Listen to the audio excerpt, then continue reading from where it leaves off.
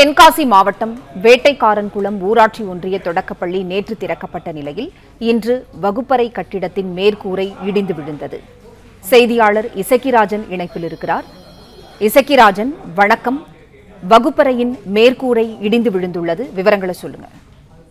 வணக்கம். தென்காசி மாவட்டம் கீழப்பாவூர் ஒன்றியத்திற்கு உட்பட்ட குணராமநல்லூர் ஊராட்சி பகுதியான வேட்டைக்காரன்குளத்தில் 1969 ஆண்டு கட்டப்பட்ட 57 ஆண்டுகள் பழமை வாய்ந்த துவக்கப்பள்ளி ஒன்று உள்ளது. இந்த பள்ளியில் 2 ஆசிரியர்கள் மற்றும் 15 மாணவர்கள் படித்து வருகின்றனர்.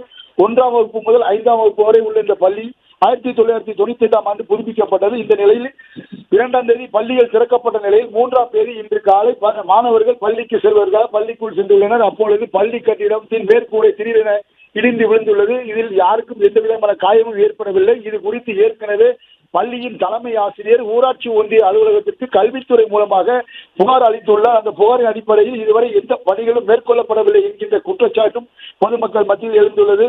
இந்த சம்பவம் அந்த பகுதியில் பெரும் பரபரப்பை ஏற்படுத்தியுள்ளது. நல்வாய்ப்பாக யாருக்கும் காயங்கள் ஏற்படவில்லை என்பது குறிப்பிடத்தக்கது.